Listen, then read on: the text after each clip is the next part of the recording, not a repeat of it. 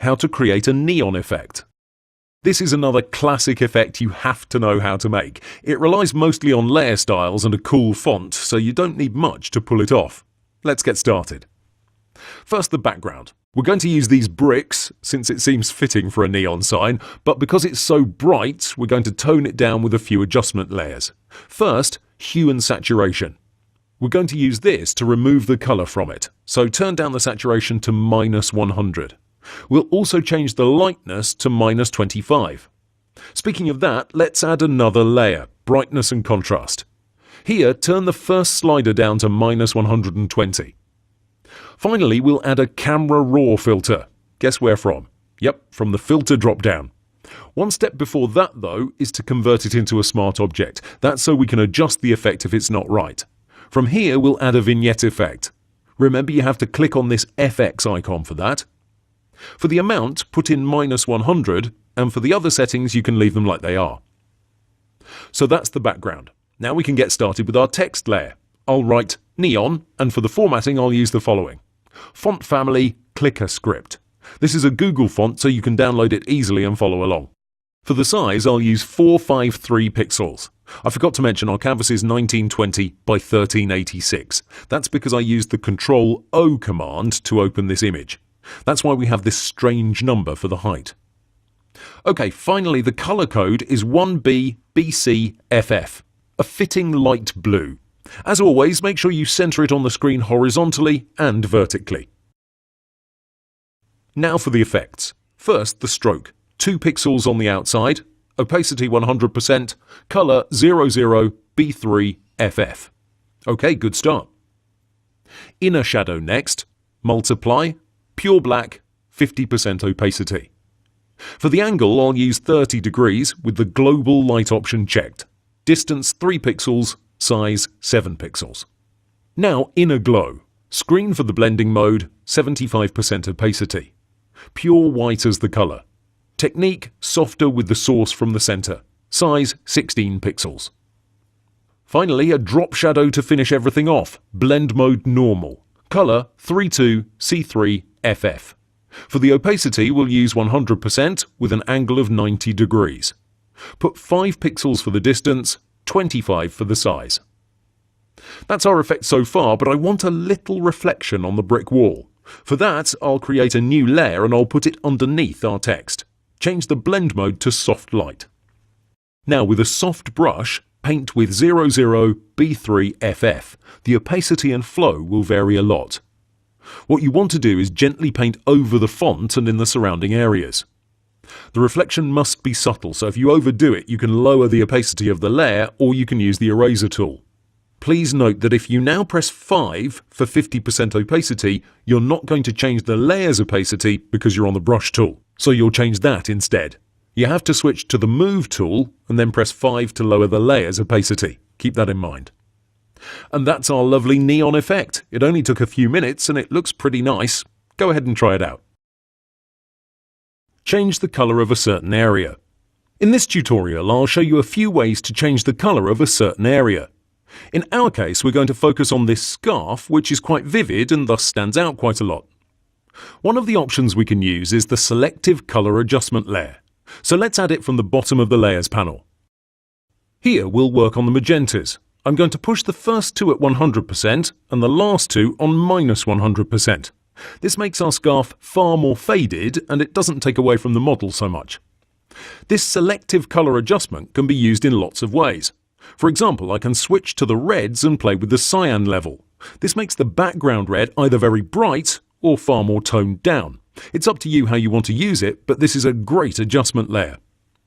Remember that it's always best to make a selection and then add these layers, because as you can see here, when I dramatically enhance the reds, that changes her skin too. You first want to select those regions and then use this mask. That gives you better results. Okay, now I'm going to use another option which gives me better flexibility. First, I'll use F12 to revert to my original image. Now I'll use the Colour Replacement tool. This is a brush, so its hotkey is B, but you have to use Shift to get it. Alternatively, just hold down your mouse click and you'll see it. This works based on your foreground colour, so let's change it to something dramatically different. Green will work well, I think. Like I said, to get the best result, let's make a selection first. I'll use the Quick Selection tool for this task. I'll take my time to get this scarf, but only this front part. We have more of it to the right side, but I'll leave that for now. Great, once this selection is done, I can start painting over it, but not without adjusting my settings. What we want from this drop-down is colour. All these options can remain as they are, but feel free to play around with the tolerance. This tells Photoshop how freely it can change colours. 30% is usually fine. The result? Well, it's decent, but it's nothing to shout about, especially in the shadows. As you can see, it doesn't look natural. You can tell it's been worked on, so that's not ideal. We could work on these settings a bit more, but I'd rather move on. That brings me to option number 3 to change this scarf colour, and you already saw it previously. F12 to revert to the original image first of all. Now make a selection again. Notice that if you press F12, you no longer have the reselect option in the select panel up top, so a bit of extra work there. Okay, now for the adjustment layer. Hue and saturation is our best bet, and from here we'll check the colorize option. Now we have infinite customization. We can change the colour from the hue slider, and we can adjust the amount of colour in it from the saturation one. Lightness, of course, is really helpful too. Just look at how much flexibility I have with this adjustment layer, and all I had to do was use the Quick Selection tool to focus on the scarf.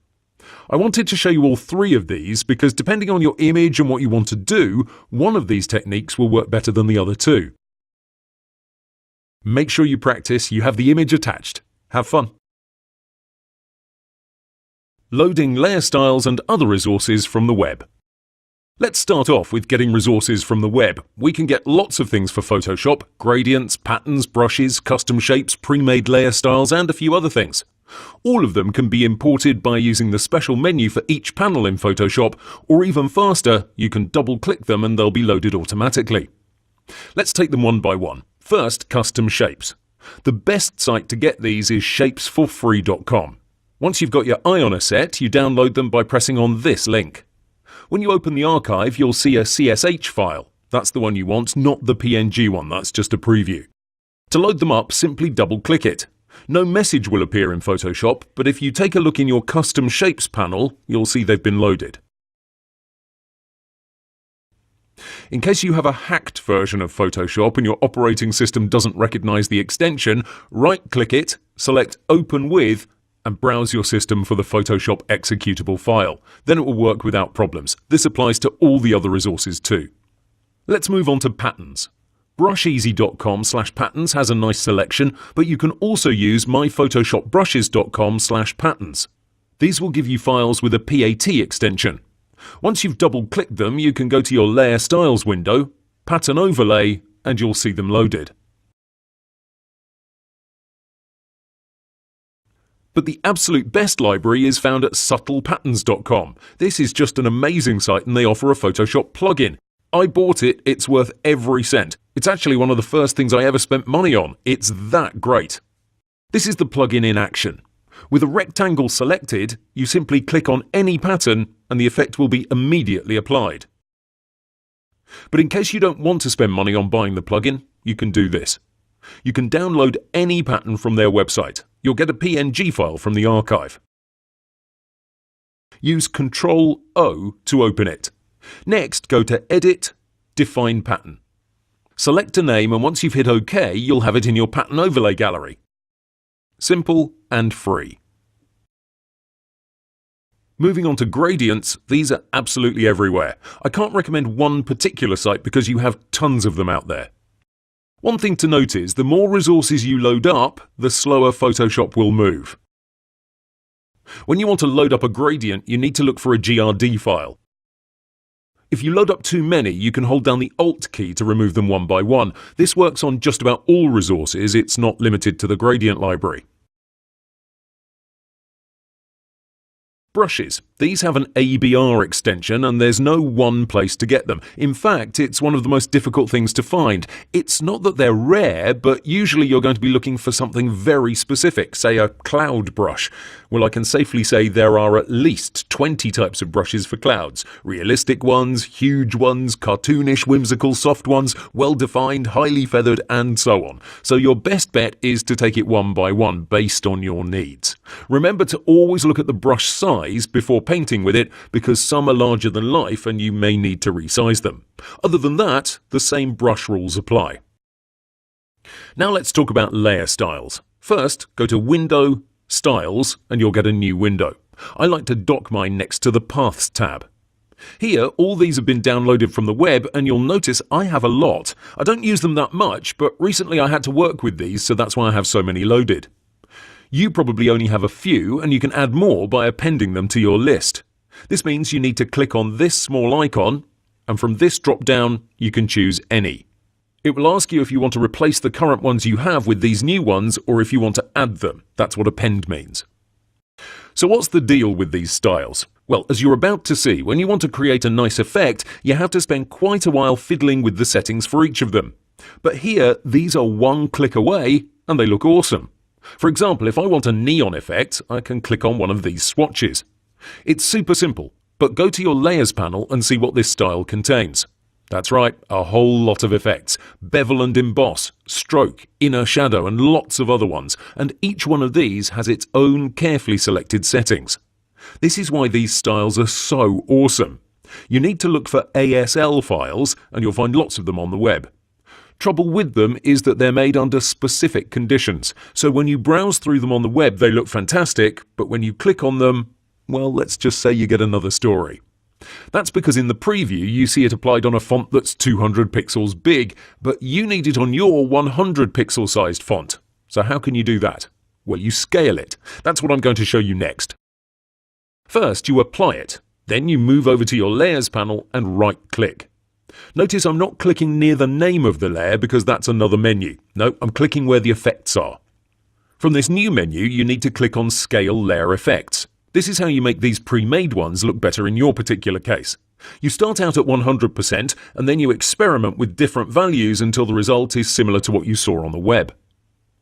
So keep that in mind when working with these layer styles. It's quite rare to get something nice completely out of the box.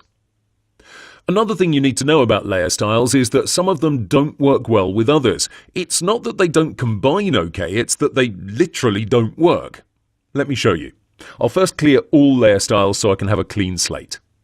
Great, so I'll apply a color overlay, right? Simple enough. Let's make it red. Now I'll try to apply a gradient overlay, but look what happens.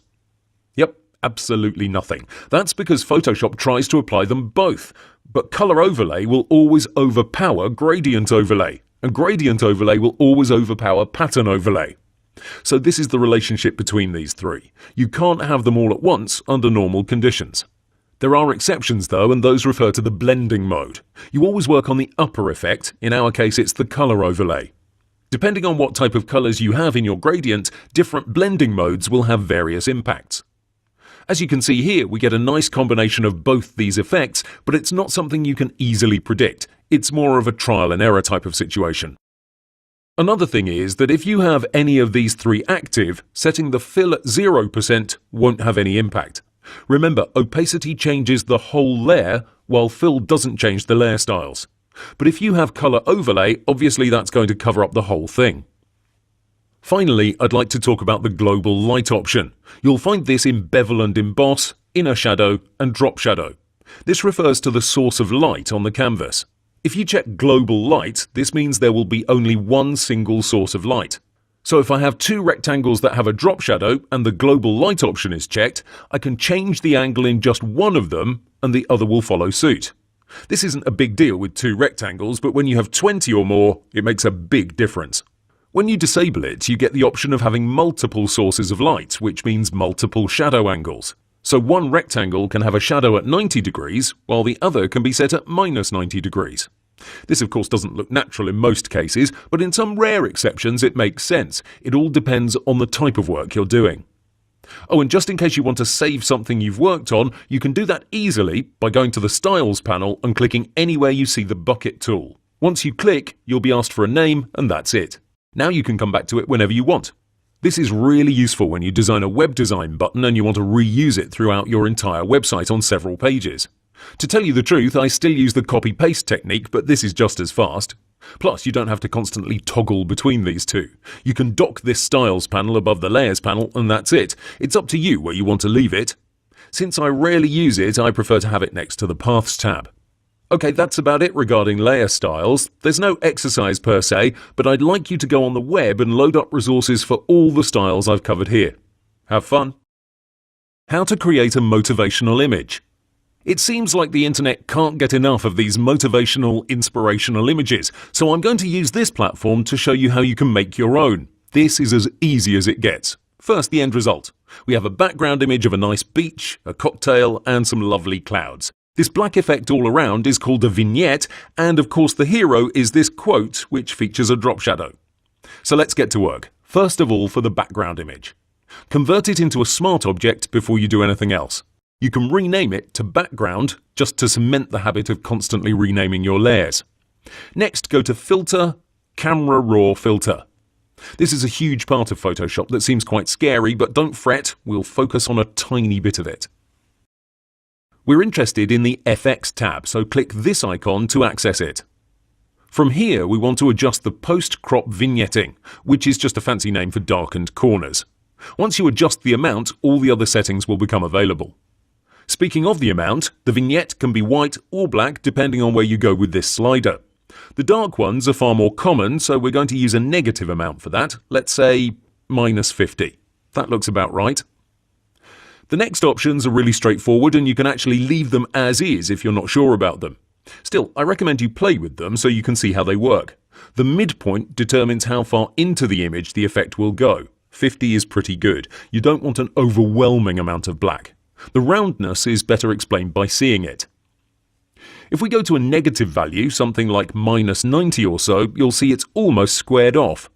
In general though, you'll see it fairly round, so a value of 15 will do the job. Feathering refers to the transition between pixels. No feathering will cause an ellipse to show up because the transition's so abrupt. We want something smooth, so 50 will do just that, and for our highlights, those can remain at 0. Press OK and see the result. Remember, this is a smart object, so if we're not happy with it, we can double-click it and change the settings up. For example, I can go for a white vignette instead of black. I can turn up the amount really high and it completely changes the outcome. Still, I'll keep the previous settings.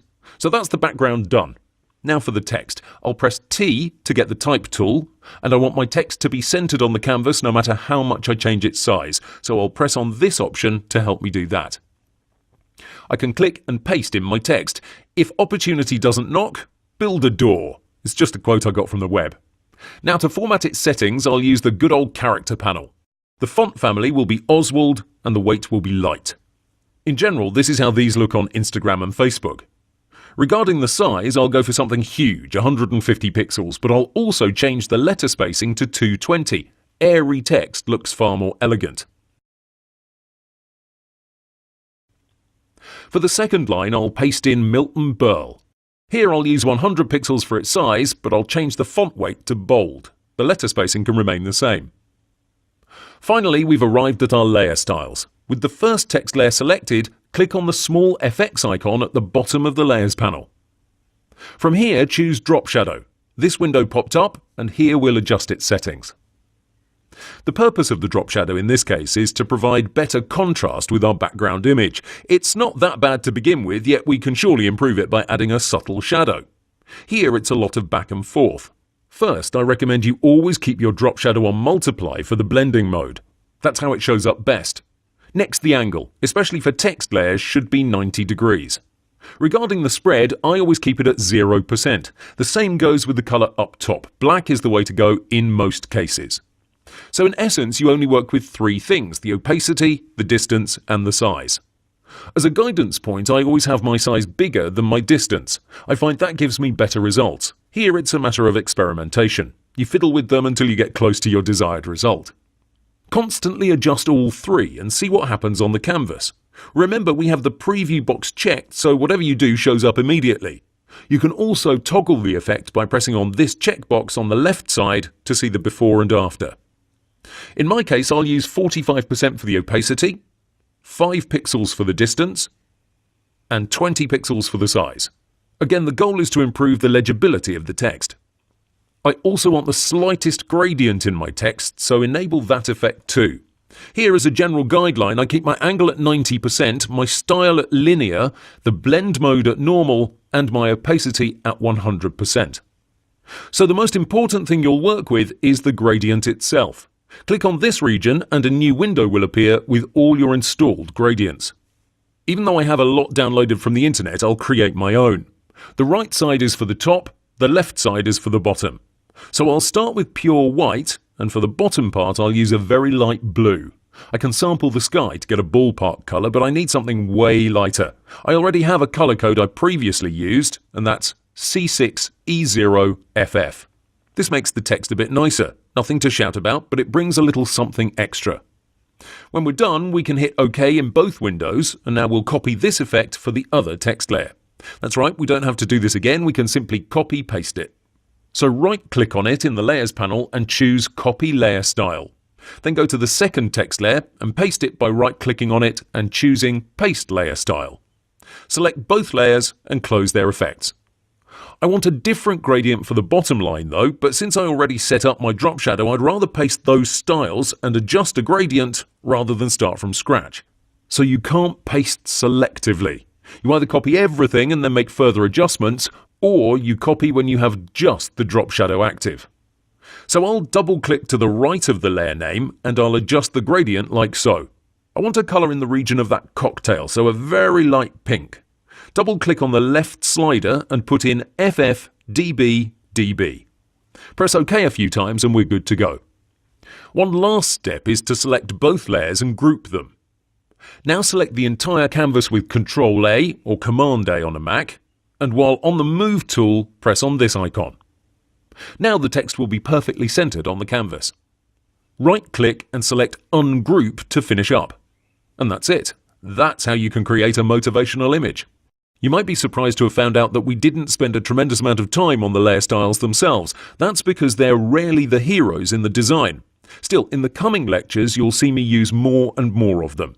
So go ahead and create a motivational image of your own. Have fun! How to create a vacation collage. This is a great looking effect for those of you who have tons of vacation pictures yet you don't want to upload hundreds of images to your Facebook account. The effect doesn't require any amazing skills, yet I find it a great exercise for your speed and organisation. So let's get started. Here's the end result, but you have this attached to the course in a PSD format, as well as all the individual images that you'll need to recreate it. We'll start off with a new canvas that's 1920 by 1080 pixels. Now I'll get the rectangle tool and I'll draw a fairly small one. I don't have the precise dimensions because I don't need them. I want a grid of 5 by 3, so 15 images in total. The first one needs to be set at the exact top left side. I can do it manually or with the help of these tools from up top. Just remember that you need to select the entire canvas with Ctrl A, be on the Move tool, and only then you'll be able to move them. Otherwise, you can just use your smart guides. Those are the 2 pink lines that appear when you position your rectangle precisely. Okay, I'll duplicate my initial rectangle by holding down the Alt or Option key on a Mac and dragging. Again, the smart guides are really helpful because they show me exactly where I need to place it.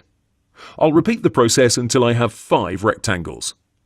Next, I'll zoom out and I'll use Ctrl T on all of these to make them fit my canvas width. That seems about right. Now I'll make 2 duplicates of this row, so I'll have 3 in total. Again, I'll use Ctrl T, so I'll occupy every pixel on my canvas. This is our lovely grid, but of course it's pretty hard to see anything since it's all black on black. So let's jump into Photoshop's layer styles to add a stroke. When the layer name isn't too long, I like to click beside it to open up this window. Otherwise, I'll enter the renaming mode and I don't want that. The stroke is one of the easiest styles to understand. Here, I'll choose 5 pixels for its size, position inside, and for the color I'll go with white. The only thing you may be wondering is, what's up with the positioning? Well, we have three options: outside, inside, and center. I chose inside in our case because if I were to have chosen outside, the outer rectangles wouldn't have had any stroke visible. I'd have had to resize the entire thing, which would have been an extra effort. So the inside positioning makes the stroke grow on the inside. Very obvious, I know. Regarding the center positioning, this splits up the stroke in two parts. So if you have a 10 pixel stroke set on center positioning, that will mean 5 pixels will be on the inside, while 5 will be on the outside. One thing you have to know about the stroke is that if you have it on the outside of the rectangle, it won't be perfectly squared for some reason, even though you don't have a rounded rectangle. So that's one thing to remember. Great, now we have one stroke, it's time to copy this layer style and paste it everywhere. Right-click on the layer in the Layers panel and click on Copy Layer Style. Then select all the other ones with the help of Shift, right-click above any one of them and press on Paste Layer Style. Great, that's done. Before we start adding in all the images, I want to create a central piece for my collage. I'll do that with the help of the Polygon tool. For the settings, I'll use the following: width 900 pixels, height 1080, 4 sides, no smooth corners, and not a star. Great, looking good. I'll center it both horizontally and vertically with the same technique. Ctrl-A plus these alignment tools from up top. Okay, that's fine. Now I can paste the same stroke effect. This is the great thing, even though we did several other steps, Photoshop still remembers what you copied from that initial rectangle. Now we have our grid in place. What comes next are clipping masks. What are those? Well, it works like this. You select the first rectangle from the top left. Next, you go into your operating system and you drag that image into Photoshop. Press OK, even though it may be huge. Next, use Ctrl-Alt-G, or Command-Option-G if you're on a Mac, and this will create a clipping mask. This makes it so the image that's above the other layer takes its shape, so it prevents the above image from overflowing. Great thing is, your bottom layer can be just about anything. So you can have a heart, a star, absolutely anything. Drag an image above it in the Layers panel and hit Ctrl-Alt-G and you'll get a clipping mask. It's a fantastic option, but of course you still need to zoom out and resize your image with Ctrl-T. Remember to always hold down the Shift key while you drag so you don't distort the image. No matter how steady your hand is, it's still a great idea to use Shift. In case the image is particularly large, you can add the Alt, or Option key on a Mac, into the mix so the image shrinks from both ends. Now this is going to take a while since this is a fairly big grid. Remember the steps. You select your layer first. I like to do that with the Control-Click technique, straight from the canvas. Next, drag in an image, press OK, and then use Ctrl-Alt-G. Then resize with Ctrl-T, and you're good to go. Even with the video sped up, this still takes a bit of time, but that's why I want you to perform this exercise a few times. It really helps with your speed. Anyway, through the magic of editing, this is already done. What comes next is an inner shadow for the grid. Now this is essential. You saw we added the stroke to the rectangle, not the image. It's the same with the inner shadow. So if you use the Control-Click technique, you're going to select the image and the effect won't act as you expect it to. Sure, you could add effects to the image, hell, you could add to both of them, but since you positioned them fairly randomly, you'll get various results. Remember, we resized them, but some are still bigger than others. Some are offset by just a bit. So for the sake of consistency, we'll use the rectangles which form a perfect grid. Regarding the settings, you'll most likely always keep it at multiply and the color will mostly be black. The opacity varies a lot. Here, I want 50%. For the angle, I like to use 90% with the Use Global Light option checked. For the distance and size, it's the same thing like for the drop shadow. The distance is generally smaller than the size. Here I want 13 pixels with 38 pixels. The choke I usually leave at 0%. What's underneath is rarely used, so we'll skip that altogether. Okay, this is our inner shadow and we'll repeat the process of copy-pasting it. But there's a problem. We have tons of layers in our Layers panel, so it's not as easy as it was before. We can't just use the Shift key and get them all. Yeah, we could use the Control key and select them one by one, but we have 15 of these. Instead, what we'll do is use the filters from the top of the Layers panel. We want to see only those layers that are shapes. This is the icon, the second to last one. And now, as you can see, we get all the rectangles plus the polygon tool in the middle. Great stuff. We could have filtered them by name too. We could have written rec, and that would have been enough to get them all. But now it's super easy to paste the layer style. But you know what? I don't want my stroke to be this thick, so this is a great opportunity to change it. I want to have only 3 pixels. No problem, change it once, copy, then paste it. For the middle element, notice I didn't put my inner shadow in. That's because I want a drop shadow there. I want to show this is above everything else. That's some subliminal messaging at its finest right there. I'll go with 35% opacity, 90-degree angle, and a distance of 3 pixels and a size of 7 pixels. Speaking of that, I'll also increase the stroke to 9 pixels. Again, just to clarify, this is the hero piece. Our collage is nearly done. The final cherry on the top will be a vibrance adjustment layer. I want to use it so I can bring more saturation and, of course, more vibrancy in the images. So I'll go with +50 and +20 for the settings. That's quite a lot, but that's my personal preference. And that's it. This is a great looking collage for your social media profiles, and it took just about 15 minutes to make it happen. One thing I've actually seen is the following. Go underneath your polygon layer and add a black and white filter. Make sure you don't have a clipping mask for it. Now look what happens. Everything else is black and white except the image on top. That's because all adjustment layers affect those layers that are underneath it. So if I were to move this layer down a bit, you'll see those above it won't be affected. Keep that in mind when working with these types of layers. Have fun! How to create a yummy text style. In this video, we'll create the following effect. It's a text layer that's still editable that has several layer styles applied to it. This way you can see how these interact with each other to create something like this. We'll also use other techniques that aren't directly related to layer styles, but no worries, it's nothing complicated. So let's get started. First, we'll make a new document. The size should be 1500 by 800. OK.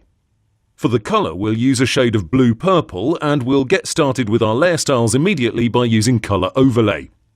Here I'll put in a code of 4335CB. This looks pretty good. Now I'll right-click the layer and convert it into a smart object because I want to add 2 effects on it. First, go to Filter, Render, Lighting Effects. I know some of you may not have this option active, and it may be for several reasons. Your video card's driver may be outdated, or your graphics card may not be powerful enough for it. In general though, if you have a decent system, this should work.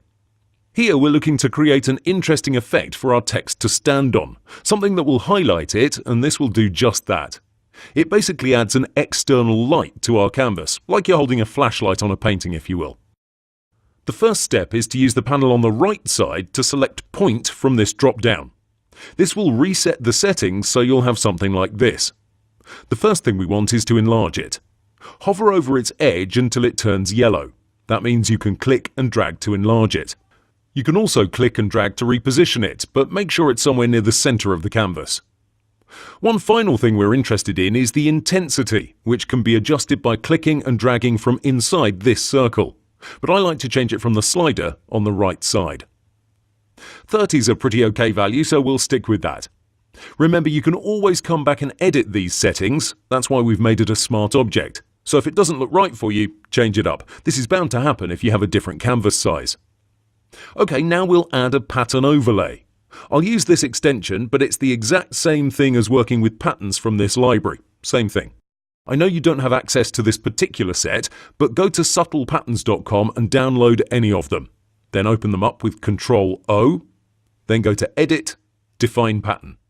And that's it. You're now up to speed and you can obtain a very similar effect. So with the pattern overlay selected, we'll adjust its blending mode to Color Burn. Now it's beginning to look more interesting. Finally, we'll go to Filter, Camera Raw Filter, and we'll add a vignette effect. For the amount, we'll put -30. The rest can remain the same. And that's our background. Now for our text. I'll use the Type tool to write Yummy. Now let's format it. For the font family, I'll use OleoScript. This can be found on Google Fonts and it's really easy to download. Just follow these steps. Add to collection, download, zip file, extract it, and paste it into C Windows Fonts, or where your system keeps its font files. Great. The size should be 186 pixels and make sure you center it on the canvas. I like to use Ctrl-A to select everything, then while on the Move tool, I can use the alignment options at the top. Great. First, let's drag the fill all the way to 0%. I'll obtain this effect by combining two text layers, so no worries about that. Now add a stroke effect. It should be 7 pixels thick, set outside the text layer, with 100% opacity and a color of pure white. Next, we'll add an outer glow. The blend mode should be set at soft light. It'll become apparent why I chose that a bit later on. The opacity should be 100% and the color pure red. Change the technique to precise instead of softer. This makes it act like a second stroke, so well defined and solid. If we were to leave it at softer, it would have been more of a glow, and that's not what we're looking for. The spread should be 100% and the size 12 pixels. And we're done with this first text layer. We'll duplicate with Ctrl-J. We'll move it underneath our initial layer in the Layers panel, and we'll clear its layer styles. Right-click it and select Clear Layer Styles. All the formatting remains the same, except the color. We'll change that to FF3FCB. And now immediately we're getting closer to our result. Let's add a series of text layers. First, a bevel and emboss. Let's put in the settings and then you can see how this changes things. Style, inner bevel. Technique, chisel hard. Depth, 1000%. Direction, up. For the size, we'll have it at 5 pixels. The angle should be set at 90 degrees. We're not interested in the highlight mode. You can put that at 0% or leave it as is. It doesn't matter. But for the shadow mode, I want it at 100%, multiply with pure red as the color. As you can see, this makes the text really stand out. That's what bevel does. It creates depth. I wanted it set to chisel hard because this makes the edges crisp, and that's great for this candy-like effect. I'd say it resembles a piece of gum, but I guess it's all in the imagination. Next, we'll add a stroke, and it's a straightforward story. Size 20 pixels, position outside. For the color, we'll choose one that gives us great contrast. FFD200. This yellow certainly does that. Now you see why we changed that outer glow to soft light. I wanted to emulate this 3D effect by having a second border. Okay, we're looking good. Just a few more. Inner glow. Blend mode should be normal. Opacity 100%. And the color pure red again. This time we'll leave the technique at softer and we'll have a size of 7 pixels. This takes the bevel effect further. We can toggle it on and off to see how it changes the layer, especially in the upper region. This might be a bit difficult to see through the video, but if you recreate this effect, and I hope you will see the difference. Finally, we'll add an outer glow for yet another stroke. This is the great thing about these effects. Once you get used to them, you can manipulate them in such a way that they change how they work. Here, I want the blend mode set to normal, and the color I'll go for is a nice shade of blue, 1250FF. Change the technique to precise, set the spread at 100%, and the size at 27 pixels. Now we're just about done. One final thing I'll do is create a long shadow. Doing it manually is a pain and we'd need at least 5 to 10 minutes for that alone. Instead, I'll use this plugin called Long Shadow Generator 2. It's free and you can download it from the web. As I'm filming, the site is down, but there are lots of alternatives for it, so use Google and you'll be sure to find one. I'll keep the settings as they are, 40 pixels length, 20% opacity, black and flat. When you use it, make sure you're on the layer with the pink color. This will give you the best result. And that, my friends, is the result. Remember, this is completely editable. All you have to do is get the type tool and replace the text. Then hide it for a moment so you can do the same with the layer underneath. Please take a few minutes to perform this exercise. I know you may not have that specific pattern I used for the overlay, but just about any will do. The idea is to get a bit of texture in the background. And regarding the shadow, if you don't want to Google it, then no worries, it's not critical. Lastly, if you think this is too bright, change it up. For example, you can change the pattern overlay from color burn to linear burn, and this tones things down. If you don't like that pink-yellow combo, that can be changed too. Experiment and have fun. How to apply text to any texture. In this lecture, I'll show you how you can achieve an effect like this. so you can exercise your vandalism in Photoshop before you set off bombing the streets. The key here is to make the text really look like it's been applied in the real world. This means it should follow all the bumps of the wall, all the holes, and so on. This technique will work on just about any texture out there. For even more realism, I decided to make it a bit faded in the lower region. Maybe your spray can ran out of juice right at that time, or maybe time has taken its toll on it. Either way, we'll have fun. The first step is to open this brick wall image with Ctrl-O. It has to be a flat image like I have it here with this lock icon, so no dragging and dropping please. Now save it as a PSD file anywhere you like. I'll put it on my desktop and I'll call it Displace. You'll see why in a minute. Great. Now let's write something on it. Something clever, something that Banksy would say. Written in stone. I don't know, something. I'll use Montserrat, bold, pure black with a huge size because this is a huge image. 497 pixels. This is a Google font, by the way, so feel free to download it. Next, I'll convert it to a smart object, nothing out of the ordinary. Now the magic. Go to Filter, Distort, Displace. Thus the name. In this box, we'll put in 20 for both of these boxes. The rest we'll leave as is. Press OK. Those values set how much the text will follow our stone wall. Remember, we made it a smart object, so this means we can repeat the process if those values aren't right. To see the effect better, we'll lower the fill to 0% and we'll add a color overlay. For the color, we'll go with AC3131. For the blending mode, we'll go with overlay. This is a trial and error process. You have to experiment and see which blend mode gives you the best result. Now we have our lovely effect. Again, this works on just about every texture out there, and you could do a few other steps to improve it by 10 or 20%, but I personally don't think it's worth it. This way, it's dead easy to follow and replicate. Besides the color overlay, we can adjust the opacity to 50 to 70% for a more washed out effect. It depends how strong you want it. I'll keep it at 100% though, so it'll be easier to pick up on the changes I'm about to make. I'll add a satin effect too. This burns the letters on the outside just a bit. Think of it as an inner shadow, but without adding that depth. For the settings, I'll use pure black at 50% with multiply as the blending mode. The angle is set at 90 degrees, and that's fine. And for the distance and size, I'll use 12 and 38 pixels respectively. Make sure invert is not checked. Great. One final step I'm going to take is this. I'll add a layer mask and I'll make sure my colours are set to black and white. I can press D to reset them to this default. Now, with the gradient tool and my mask selected, I can click and drag a few times. This makes the text faded, and depending on how much you drag, that's going to decide how smooth the transition will be. Notice that if I drag and release immediately, the effect is very sudden. That's usually not what you're after. Instead, go with longer drags, then let go. I also like to hold down the Shift key to get a perfectly vertical line. That's because if you drag from odd angles, you'll get an odd result. Remember that each time you drag, the mask resets, so it's a bit of trial and error until you get your bounds, and then you drag once and that's it. But you can also get a black brush, set the opacity at 20% or so, and start removing parts of text. This only works if you still have the mask selected. You can't edit your smart objects like that.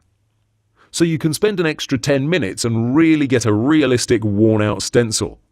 Also, if you want to change the text, double-click the smart object, get the type tool, and write something else. Then use Ctrl-S to save it and switch over to your initial tab.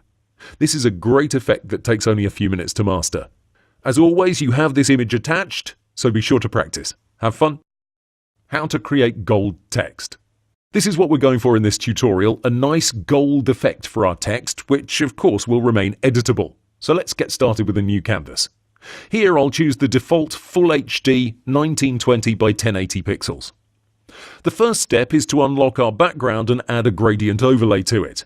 Before we choose the exact colours, I want to change it from linear to radial. The rest of the settings can remain as they are. Okay, now for the colours. For the left side, I'll go with 2D 4156. For the right side, I'll use 27292D. That's it for our background, nothing too complicated about it. Of course, we could add all sorts of other things, but remember we want to focus on our layer styles in this part of the course. Great, let's add the text. I'll write gold and I'll center it both horizontally and vertically. For the formatting, I've tried several fonts and I've decided to use Marcellus SC Regular. If you can't find it, you can replace it with Georgia, which you're sure to have, and it's very similar. For the size, I'll go with 350 pixels, and I'll press on this icon to have it all in caps. For the colour, I'll use E7B201, which is a good starting yellow. Let's move on to the effects. First, bevel and emboss. Here we'll use an inner bevel with the chisel hard technique.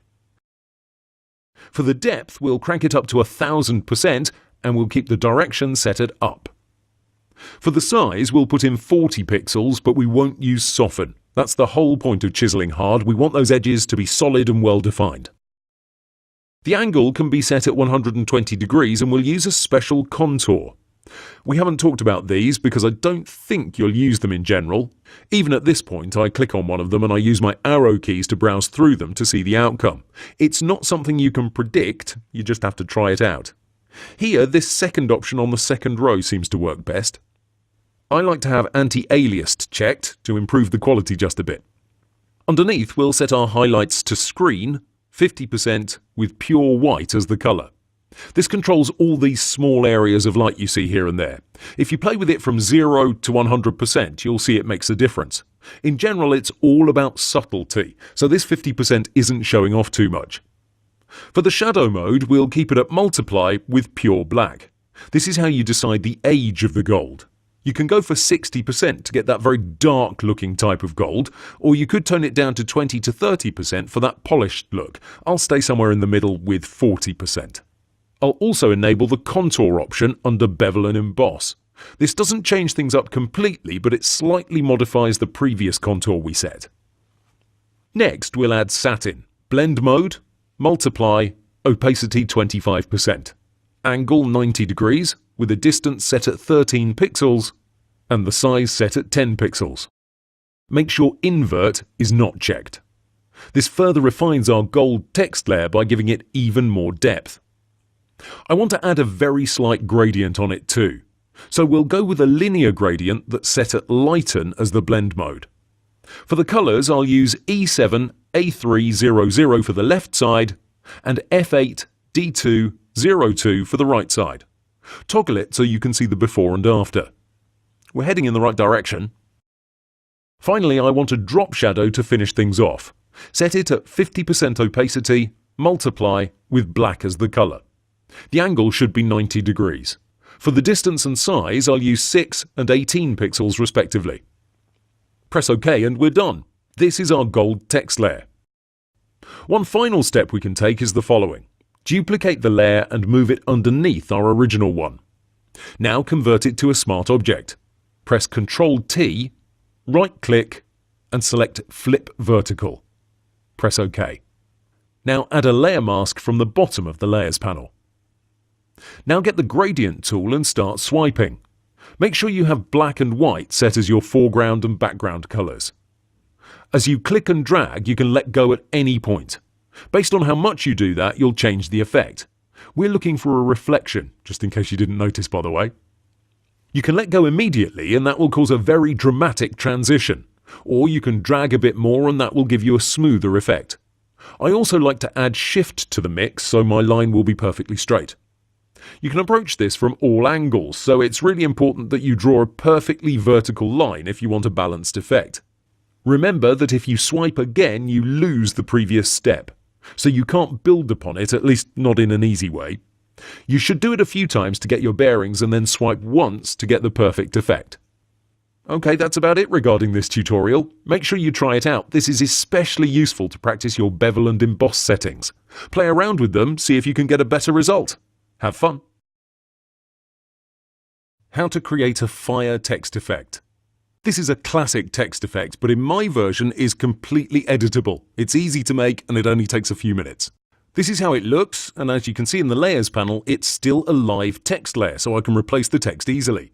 Of course, the flames need rearranging, but that's not difficult. With that being said, let's get started. First, we'll make the background. Easy stuff. My canvas is 1920 by 1080 pixels. I'll unlock this initial layer and I'll use a gradient overlay. It's going to be set at a radial one instead of linear, and for the colours I'll use the following. For the left side, 1D, 1D, 1D. And for the right, 3-3, 3-3, 3-3. That's it. Sure, it won't win any awards, but it will give us a nice contrasting effect, and it takes no time at all. Now for the real hero. I'll write in some text. On fire. This is going to be in Oswald Bold. This is a Google font, so you can get it in no time at all and follow along. You might be wondering why I don't include some of these special fonts I'm using in my course. Well, you need the right license for that. The images you have attached in previous lectures allow me to do that. They have a special license. For fonts, it's a bit more complicated, especially since I'm charging money for this course. So it's much easier to point you in the right direction than have legal problems over a misused item. Okay, regarding the colour, that doesn't matter, but I will set the font all in caps, and I'll change the size to 323 pixels. A bit of a random number, but that's what I used to create it. Now for our awesome layer styles. First, we'll add a stroke of 4 pixels that's set on the outside of the text layer. We'll use pure red as the colour, so that's FF0000. Now for the inner glow. We'll change the blend mode to normal, the opacity to 100%, and we'll use a nice yellow, FFEA00. For the technique, we'll leave it at edge, and the size should be 32 pixels. Okay, we're done with that too. I actually didn't make the effect in this order, but it's easier to follow along by starting from the top and moving down to the bottom. Think of it as a reverse Drake song. Now for the satin. Set at multiply, 50% opacity with the same pure red colour, FF0000. I have the angle set at 90 degrees, the distance at 50 pixels, and the size at 80 pixels. Like always, invert is not checked. The gradient overlay really sets the tone here, so we'll add that next. This time it's going to be linear at 90 degrees. For the left colour, I'll use FF0909. For the right side, we'll go with F8D202. Looking great so far. Now for the outer glow. This is set at normal for the blending mode with 100% opacity. The colour is D2-3C0E. The technique is softer. The spread is set at 15% and the size is 26 pixels. Remember to calibrate these values based on your canvas size. For now, you can follow along, but when you want to use it on a different size document, remember to scale it up or down, whatever the case may be. Finally, we can add a drop shadow, even though this is an optional step. I decided to add it at the last moment. Opacity 70%, angle 90 degrees, distance 40 pixels, size 40 pixels again. This is our effect so far, and it doesn't look half bad. Funny thing to appreciate your own work. Okay, let's keep it moving along. We could do all sorts of tricks to add the fire, but I want it as simple as possible, so let's do this. From my desktop, I'll drag this image of a fire. You have it attached. It's from Wikipedia, just in case you're wondering. The layer should be above our text, of course. Now hold down the Control key and click on the text layer's thumbnail. This will create a selection based on its outline. Do you see the marching ants? So again, you can hold the Control key and you click on its thumbnail. This works for absolutely every layer, not just text ones. Great, now with the selection active and while you're on the fire layer, click on the mask icon. Did you get that? What we did was the following. We made a selection of our text layer and we told Photoshop I want to see the fire effect only in that area. That allows me to keep my text editable, but it also gives me the freedom to adjust it as I please because I'll work on the mask directly. And that's what we're going to do next. We of course don't want to keep the effect like this. We want the fire to extend beyond the top of the text layer, so we'll use the brush tool for that. The hardness is set at 0% and the opacity will vary from 100% to 50% to 20% from time to time. This will reveal the flames and it's up to you how much time you want to spend on this. I'll go pretty fast, but ideally you'd want to start with a lower opacity and lower flow so you could create nice individual strands. Still, even at a fast pace, this produces great results. At the bottom, you may want to paint with black at 100%. You don't want flames there, you want to make it look like the top is on fire and it's slowly eating away at your text. Now it's really all a matter of slowly painting your way through the effect, but it's really simple to do. It's in your brush opacity and flow. I'm constantly changing that by using my keys on my keyboard. 2 for 20%, 5 for 50%, 0 for 100%, and so on. These are all default hotkeys, so you don't need to remap anything. And that's pretty much our effect. Now I can press T and write anything else. Of course, now I need to redraw my mask, but even for a beginner, I think you can agree that's not that difficult. It's a very forgiving process because what you mess up, you can quickly adjust with the help of the other colour. So that's it. Make sure you practice. You have the fire image attached and the font is called Oswald and it's available on Google Fonts. Have fun. How to create glowing lines. This is a widely popular effect because it's fairly easy to do, but it's quite impressive in its simplicity. This is the end result and we're going to recreate that now. The effect relies on your pen skills, so this is a great exercise to practice working with it. Let's select it with the P key and make sure you're on the path option from the top left. This is where the magic happens. I'll click and I'll drag. I can repeat this process as many times as I want. I have my hands already on Ctrl Z, so when something isn't right, I can just undo. This is a matter of patience, but it also relies on your knowledge of the pen tool. You have a pretty good idea of how the angle is going to look before you click and drag. Ideally, you want all rounded corners with no sharp edges. This makes the effect look more elegant. Still, whenever you have a problem and you don't want to undo, you can hold the Control key and this temporarily activates the Direct Selection tool. With it, you can reposition your anchor point, or you can adjust these handles to further refine your angles.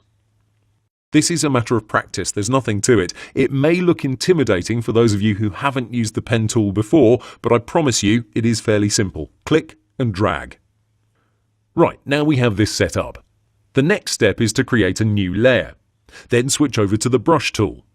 As you can see, the path remains active since we didn't do anything with it. Now, choose any brush, but it should be fairly small, I'd say under 25 pixels, but this depends on your image. For the hardness, you can experiment with anything from 60 to 100%. Great, we've set up our brush. Now we can go back to our pen tool and right-click on our path. We'll get a bunch of options, but we're looking for stroke path. Once we hit that, we'll have this new window, and from here we'll choose brush, and we have to check this option to simulate pressure. That's usually used for tablets, but it will work here too. Now we need to hide parts of this trail, so we have the option of working destructively with the eraser or non-destructively with a mask. Of course, we'll go with the second option. Now with our mask active, we can begin to paint with black. You'll need to adjust the brush size, of course, but that's easily done with the square bracket keys. I know I've told you lots of times already, but this really keeps your flow going.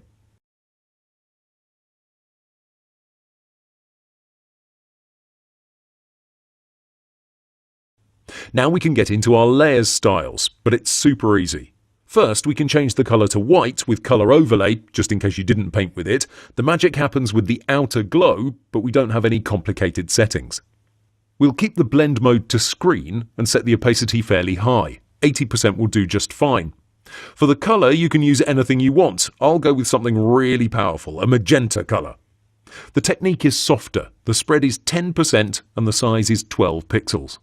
That's our effect, easy as pie. It may take you a few tries until you get the hang of the pen tool, but keep at it, it's the perfect exercise. Remember to keep your edges round.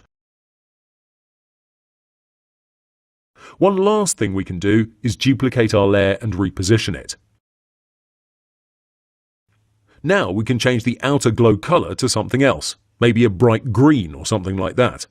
Of course, you need to adjust your mask because it doesn't fit anymore, but I'm sure you're well accustomed to working with it by now.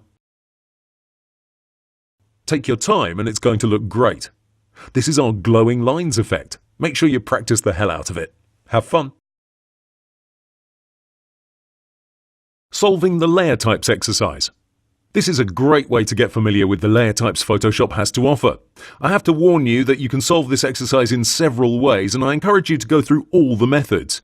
You also need to know this is probably the most time-intensive exercise out of them all, but for good reason. This teaches you one of the fundamental things in Photoshop, layer types. Without having the ability to easily recognize them, it will be really hard for you to move forward. First, we can focus 90% of the time on the Layers panel and rarely touch the canvas to solve it. That's because for CS6 and CC users, we'll have this panel up top, which helps us easily sort layers. This is the easiest way of doing it, and I recommend you use this method on your first go. The initial task is to rename them based on their type. Let's do that now by starting with Smart Objects. The filter for that is the last icon. If you hover over it, you'll see it says Filter for Smart Objects. With this active, we immediately see all the layers that meet that criteria. Now we can get to work. We can double-click the first one, and we'll call it Smart Object Empty Space. Now we're going to copy that title so we can then easily paste it on all the other ones. Of course, we need to put in that 1 for our first smart object, but as you can see now, we can use Ctrl-V to paste, and all we have to do is put a number at the end of it. There are 9 smart objects, by the way, just in case you were wondering. Actually, there are 9 layers of each type. Smart objects which we covered, shape layers, text layers, and finally rasterized layers. All these can be identified and sorted by using the same method. You basically rely on Photoshop's filter to do all the heavy lifting. Through the magic of editing, I've sorted all layer types, and now we can continue. The next task is very easy as well if we use the same filter. All we have to do is use Shift to select them all and then press Ctrl-G to group them. Repeat the process by filtering them one by one. This will take some more time, but I have time-lapse on my side. Once you're done, you can close the filter by pressing on the small red button, and now you have to rename each folder. This isn't done immediately because you need to open each one of them and recognize the layer type within them, so this will take a bit more time. It would have been better to rename them as I created the folders, but this is fine too. Now I need to separate all these layers on the canvas. 4 layer types means 4 columns. The basic way of doing it is to select them one by one with the Control-Click technique and move them into a column format. This is time-consuming, so it's not optimal, but for learning purposes it's just fine. The easiest way of doing it, though, is to use the alignment tools from up top. At that point in the course, we didn't cover them, but again, I'd rather you do a bit of manual work before using all the features Photoshop has to offer. So I can select all the layers inside a group and left align them. I can also distribute their vertical centers so I get more space between them. This needs to be repeated for all columns, but it's nothing too difficult. Let me speed it up so we don't stay all day on it. Okay, so we've renamed them, we've grouped them, and we've also separated them on the canvas. Now it's time to sort them again based on their color. For this step, it's important we have our background layer locked. Make sure you have this lock icon next to it. If not, select it and click on this small icon. Okay, you'll notice some of these shapes are very small. This is just one of them. To easily select them, we'll have to either zoom in really close and use the Control-Click technique, or, better yet, click and drag to get them. At that point in the course, zooming in would have been the best option, and that would teach you a lot about selecting small layers directly from the canvas. With the background locked, you can see our cursor now performs similarly to the rectangular marquee tool. Everything we get inside of that rectangle will be selected. Of course, we don't want any extra layers, so we'll use the following approach. After we select one, we'll hold down Ctrl and Shift so we can get another one. This requires dexterity, but once you get it, you'll be flying. So again, with your eyes on the Layers panel, once you select the first layer, you need to hold both the Ctrl and Shift keys so you can click and drag to select another layer. Then use the same Ctrl-G hotkey to group them.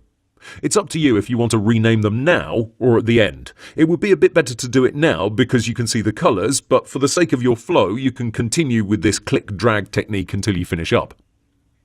This is going to take time, but that's how you increase your skills. Let me zoom through these steps since they're not going to help you tremendously if you see the same action repeated 20 times.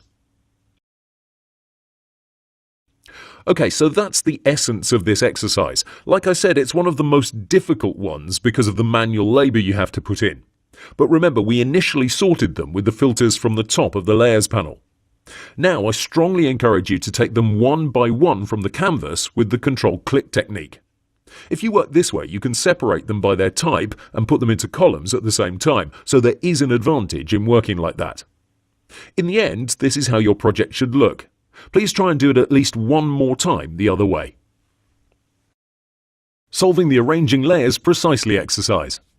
I love this exercise because it comes down to your speed and knowledge of the alignment tools. It's not really complicated, but you should strive on solving it in the lowest amount of steps possible. Here's how I'd approach it, not necessarily the fastest way, but definitely by using all the tools. First, I'd set the outer sides of this 3x3 cube. So let's get the 3 cubes on the left to align properly. Select all 3 and use Align Left Edges. Now we can repeat the process for the right side. Select all 3 and press Align Right Edges. Great, so far so good. Next we'll do the top and the bottom. For the top it's the same procedure, get all 3 but this time press on Align Top Edges. The square on the left will be used as a reference point because that's the highest of the lot. At the bottom we'll press on Align Bottom Edges and we're done with that too. Nothing complicated, but we're covering lots of tools. Next we'll select each row and we'll use Distribute Horizontal Centers.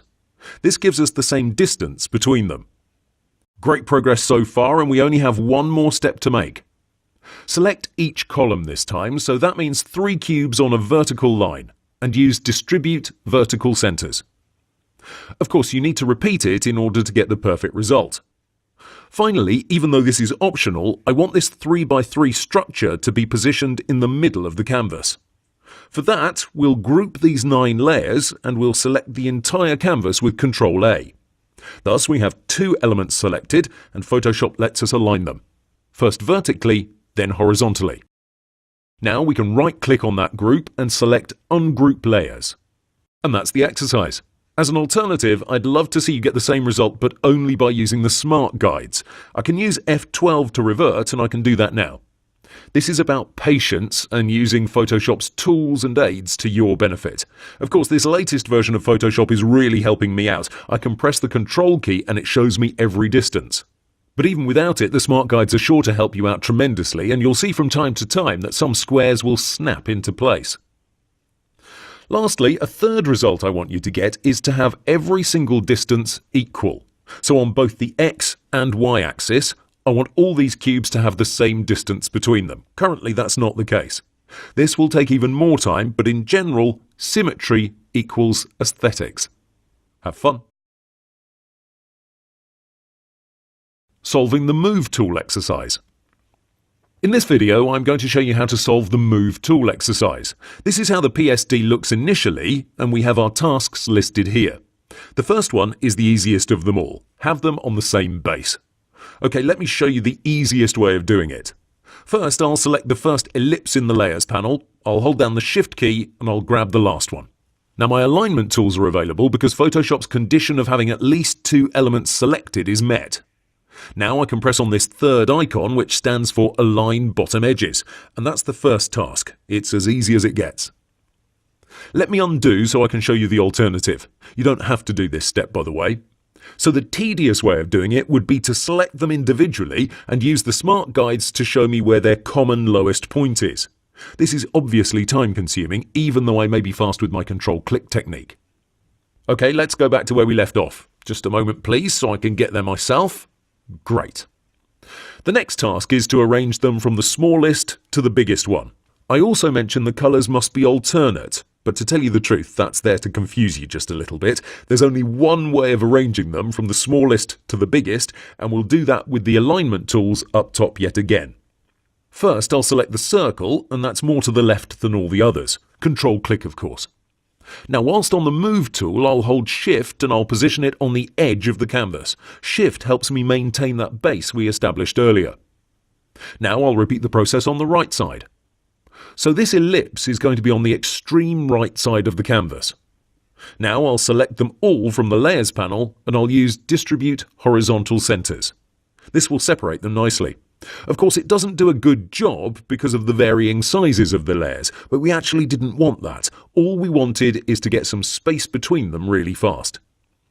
Now this is where your speed comes into play. Use Control-Click on the canvas to deselect and start moving them around. There's no other way around this, you just have to practice. That's the goal here. I want you to become super fast at getting layers from the canvas and moving them around. You'll see some ellipses are very similar in size, but once you put them next to each other, you'll clearly see which is which. You can also reposition the bigger ones too, you don't need to take it progressively. As you work, things will fall into place. Of course, on your first go, this is sure to take a bit more time, but please come back and redo this step at least 3 times. I know it's a bit boring after you've figured out how you need to do it, but without the practice, you're going to end up short. Okay, this is what we have so far. Now we'll reselect them all and redistribute. Again, this doesn't give us the right result, but it's getting us closer to that point. So we've arrived at our third task. Leave 20 pixels between each of them. This is fairly easy if you follow my suggestions. I felt bad for that misdirection earlier, so I made this one a little easier.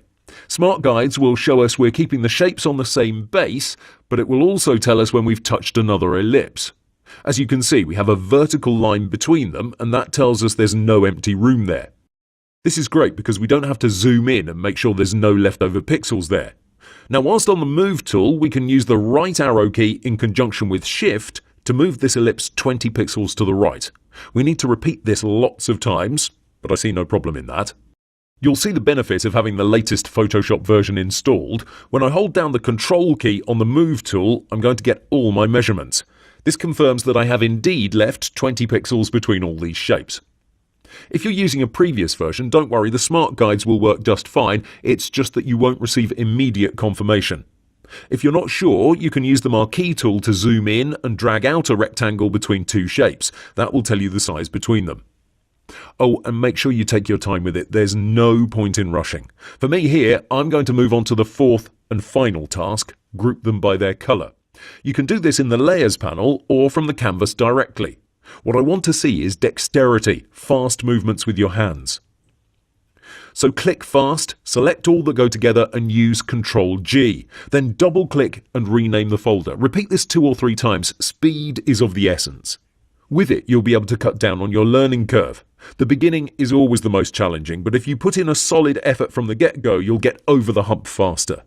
And that's our final result. This is how the PSD should look after you've completed all 4 tasks. Don't save it because you should do it again a few more times. Have fun. Solving the shapes exercise. Even though this is one of the easiest exercises, I'll keep my promise and I'll walk you through it slowly. I'll explain things for both CC and CS6 users. The first task is to transform a rectangle into a rounded rectangle. This is the shape in question, but you can create your own.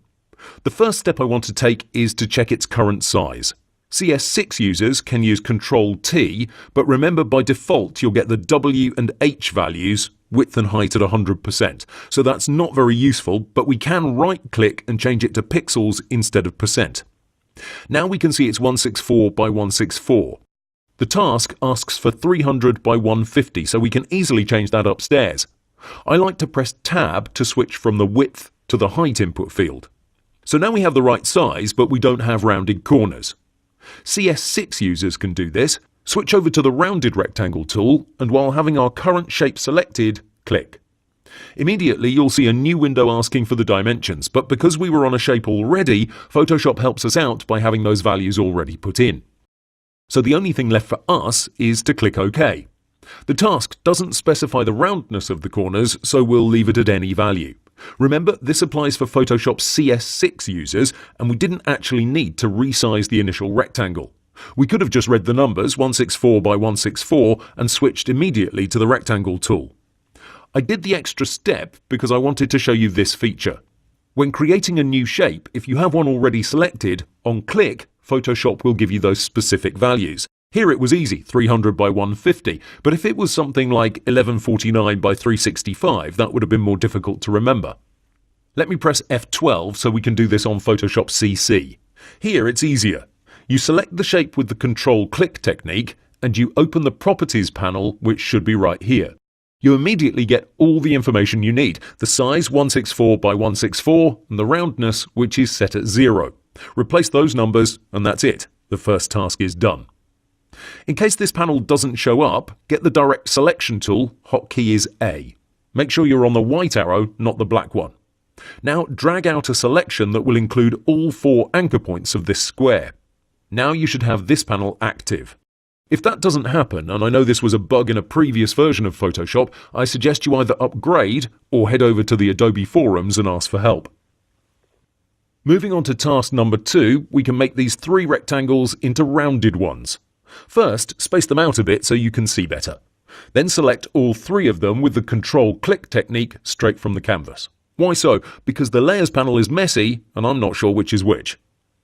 Now with them selected, get the same Direct Selection tool and drag out a rectangle that will get all 12 anchor points. As you can see, they're now black, that means they're selected. Now from this panel, change the 0 to 10 pixels and you're good. To get rid of the anchor points, or better put, to hide them, switch to the Move tool. Alternatively, you can press Enter, but you have to do it several times. Task 3 needs the same steps. Select them in the Layers panel, select all anchor points, but now press on this chain icon to unlink them. Now you can input different values. The task asks for 0 pixels at the top and 20 pixels at the bottom. This is how that would look. Task 4. Overlap them and merge with Control-E. Honestly, overlapping is optional, it doesn't impact the outcome. What's important is you learn what determines the new shape's colour. So let's see how easy that is to figure out. I have all three shapes selected and I use Control-E. Now we have only one layer shape and it's green. Press Control-Z to undo. If I now move the blue layer above the green one in the Layers panel and repeat the process, you'll see the new shape is blue. See? So to sum it up, the shape that's the highest in the Layers panel determines the colour of the new layer. Great. Task 5 is very easy. Create a perfect rectangle, so a square, and then use Shift and Alt to see what happens. The idea is this. First, move to the Rectangle tool. If you click and hold Shift, this constrains your proportions, thus making a square. Now if you hold Shift and then click, this will add to our existing shape. Please note that you have to hold Shift only until you click. After that, you're free to let go and add whatever shape you want. Regarding Alt, you hold it before you click and it works exactly the same as the Shift key. You'll get a minus symbol on your cursor and of course you can let go of Alt so you can remove whatever shape you want. If you still hold it down, the new shape will grow on both sides. Task 6 asks you to create a rectangle from the point of origin, so from the point where you click. This is very easy, but it's important you do it because this teaches you the order of your actions. Here you have to click and then use Alt and Shift. If you reverse the order, so hold down Alt and Shift before you click, you'll get the intersect option. Notice the small X on your cursor? You don't want that. Task 7. Create a pencil shape in one layer and save it. Easy stuff. First, use the rectangle to draw a shape like so. Fairly narrow and long. Now get the polygon. Make sure you change the number of sides to 3. Now click and use Shift to create a triangle. I like to use Shift so I'll have perfectly straight edges. Most likely you'll need to use Control-T to rotate, but if we didn't do it that way, here's what would happen. I'd create a triangle that will have an uneven base. This makes it really tricky to use, so I'd rather use Shift. In any case, use Control-T to rotate it and move it above our rectangle. Resize it with the same hotkey, but make sure you're zoomed in so you can see how far you need to expand it. You need to have it exactly at the edge of the shape. You can either drag it to the side, then raise it up, or you can hold down Shift and expand it from its corner, whatever you feel is best. Now use Control-E to merge the two shapes, and that's it. You should now have a new layer, and I encourage you to double-click its thumbnail and change its colour. Finally, zoom out and use the Direct Selection tool to get all of its anchor points. Now go to Edit, Define Custom Shape. Put in any name you want, and now you'll have it available in your Custom Shapes panel. Scroll down and here it is. Great stuff. The last task asks us to create a star. That's done through the Polygon tool, and you'll need to click to be able to input its settings. When we wanted the triangle, we set the number of sides at the top, and that was it. But for a star, we need to click to get this new window. Here it's a matter of trial and error. There's no one particular star I had in mind when I created the task. Just make sure you create a bunch of them with various settings so you can understand how indent works and how smooth corners works. That's the exercise. Now you know how to do it.